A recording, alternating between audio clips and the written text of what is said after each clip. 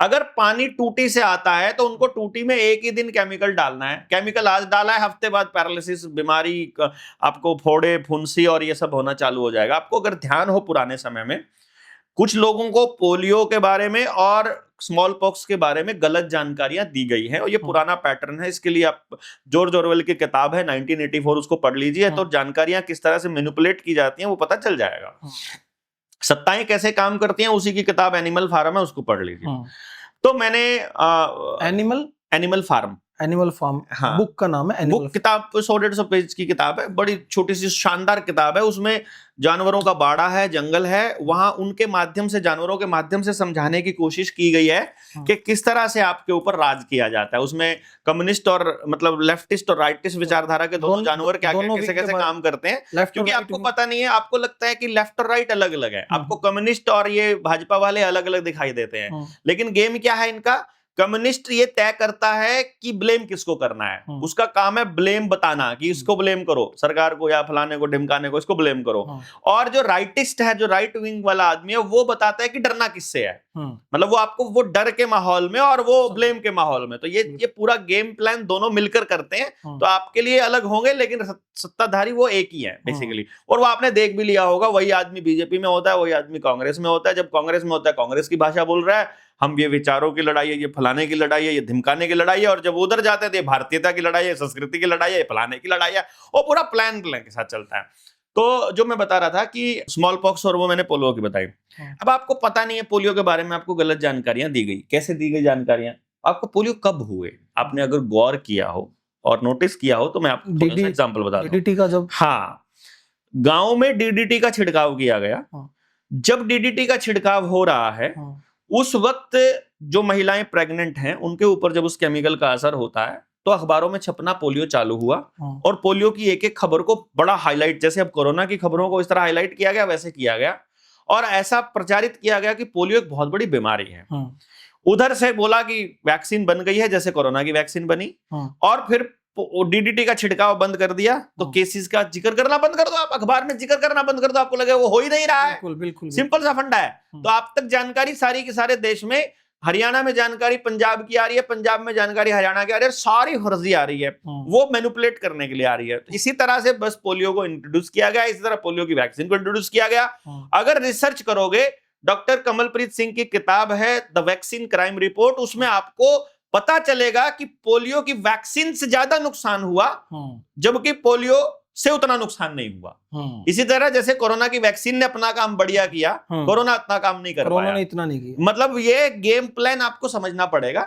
ये समझोगे तो आपको सारी की सारी वैक्सीन का खेल समझ में आएगा।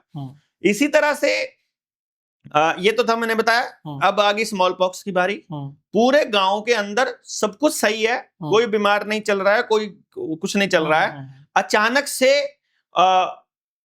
मंत्रालय का आदमी आता है और वो कहता है कि आपके गांव का पानी खराब है, यहाँ फ्लोराइड ज्यादा है, तो इसलिए आपके दांत खराब होंगे, और इसलिए हम लोग कुछ दवाई डाल रहे हैं जो पानी की सफाई करेगा। वो दवाई जब डलती है कुओं में, क्योंकि तब पानी कुएं से आता है पीने का, जब वो कुओं में डलती है जहां से आदमी पानी पी रहा है, तो बच्चों को, छोटे छोटे बच्चों को फोड़े फुंसी और माता और वो सब निकलना चालू हो जाता है। और फिर गांव में झोला छाप डॉक्टरों की एंट्री होती है, और फिर डेंटिस्ट की एंट्री होती है। तो उधर से दांत खराब होते हैं, उधर से स्किन खराब होती है, उधर से बीमारियां आती हैं, और फिर वो एलोपैथी की एंट्री होती है।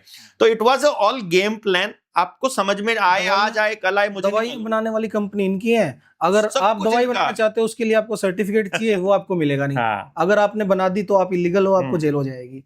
तो जो पावर है अल्टीमेटली, अभी भी कोरोना के टाइम पर हमने तो सरेआम बोला था कि हम पास बैठते हैं, झूठा खाते हैं, उसके लिए केस भी लगाया आप पे, मुकदमा भी है, जेल भी गए। लेकिन मेन बात ये थी कि हमने बोला खड़े होकर के, आईएमए के डॉक्टर्स हमारे खिलाफ खड़े हो गए। अब रामदेव के ऊपर भी उन्होंने मेरे ख्याल 8,000 की 6,000 करोड़ का 600 करोड़ का कुछ लगाया था उन्होंने डिफेमेशन का। हमारे ऊपर लगा नहीं सकते थे, क्योंकि उन्होंने देखा कि यार इसके तो ना जमीन नाम है, ना इसके पास पैसा है, तो क्या लगाएंगे। तो मेरे को आईएमए के उस डॉक्टर्स के साथ सेटिंग, मतलब वो कन्वर्सेशन करने का मौका मिला, और एक चैनल के ऊपर भी मैं बोला था। और मैंने कुछ कॉमन सवाल पूछे थे, तो बोले कि तुम अनपढ़ों जैसी बात करते हो। मैंने कहा मैं कॉमन सेंस की बात कर रहा हूं यार, मैं अनपढ़ और पढ़ा लिखे का तो उसको कोई लिंक नहीं है। मैं कह रहा हूं कि दिल्ली के बॉर्डर पर किसान आंदोलन में मैं पिछले 1 साल से बैठा हुआ हूं और उस बॉर्डर के, टिकरी बॉर्डर के इस तरफ एक भी आदमी की मौत नहीं हो रही और परली साइड लाशों के ढेर लगे। ये कैसे हो सकता है? विद इन 500 मीटर कैसे हो सकता है यार? आपको नहीं समझ आ रहा है? लॉजिक क्या है? वही लोग उसी अस्पताल के आसपास चक्कर काट रहे हैं तो कुछ भी नहीं हो रहा है। सर इस सरकार में यही तो गड़बड़ है। हाँ, लॉजिकल सवाल तो आप पूछ नहीं सकते, पूछ ही नहीं पा रहे हैं ना, क्रिमिनल हो। बिल्कुल। तो इसलिए क्या है कि पानी आपको बचाना होगा, अपना पानी आपको साफ सुथरा अपना खुद का रखना पड़ेगा। और ये फैक्ट्रियां जितनी भी हैं, आपने देख लिया होगा अब तो सारी फैक्ट्रियों में, सारे इंडस्ट्रीज के अंदर लोकल आदमी को नौकरी, चपड़ासी की, गाड़ी के ड्राइवर की, दूसरे काम करने की, कलर की तक तो मिल जाएगी। वहां अफसर जो होगा वो बाहर से आएगा। तो कितना बड़ा गेम है।